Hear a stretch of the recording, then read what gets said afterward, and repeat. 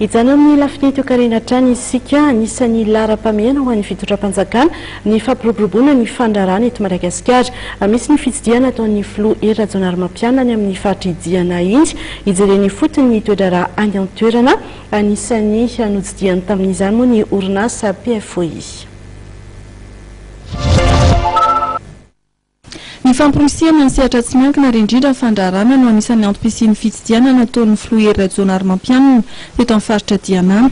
Omaly dia nitsidika ny orinasa PFOI na ny pêche et froid de l'océan Indien ny filoha sy ny délégation niaraka nijery fotony ny fiodin'ity orinasa ity izay anisan'ny matanjaka raha amin'ny faritany Antsiranana iny ny resahany. Mampiasa malagasy hatramin'ny 700 ary mamelona olona hatramin'ny 1 alina ary indrindra ny mpanjono eny an-toerana ity orinasa ity izay manome vahana amin'ny vehivavy. Ny fanatsarana ny kalitao fampitomboana ny vokatra no afatra nomeny filoham-pirenena nandritra izany fitsidiana izany. Fotoana izay nanamafisany ny hanomezana tosika bebe kokoa ny sehatry ny fandrarana fa malagasy tsirairay miasa sy mahazo azy.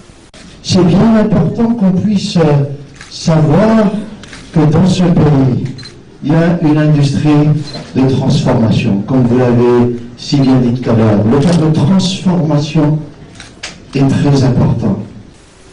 Olana anisan'ny sedran'ity orinasa ity anefa tsy fampian'ny fitaovana toy ny vedety fanaraha-maso sy sitsin-dranomasina sy ny vokatra ilain'izy ireo ka miteraka fahateraka sy fahaberezana ho azy ireo.